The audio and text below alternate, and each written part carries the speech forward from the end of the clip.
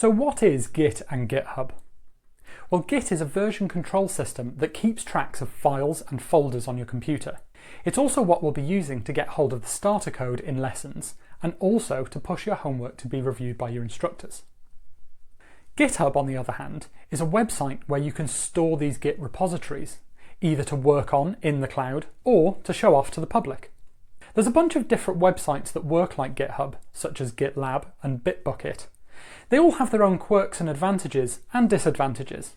During this course, we'll stick with GitHub though, because once you know how to use one, you know how to use them all.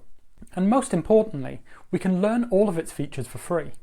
The fact that almost everything is free on GitHub is why so many developers use it for open source software. Depending on your mood, Git either stands for Global Information Tracker, or if it's not working and you're in a bad mood, it stands for Giant Idiotic Truckload of But whatever you want to call it, it's the most popular and most widely used version control software. It's used by developers all the way from tiny one-person startups, all the way to some of the biggest enterprises in the world, so it really is worth learning. The process of setting up Git is a bit different depending on whether you're using a Windows PC or a Mac, so make sure that you go ahead and choose the one that works for you.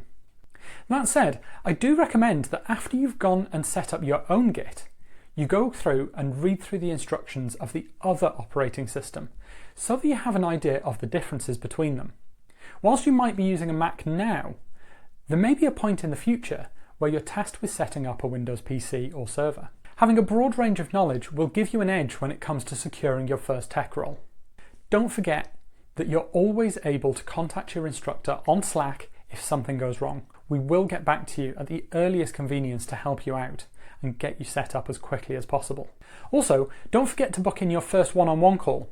You will have an email with the details of how to do this, or feel free to reach out again on Slack to get set up with this. So, let's get started.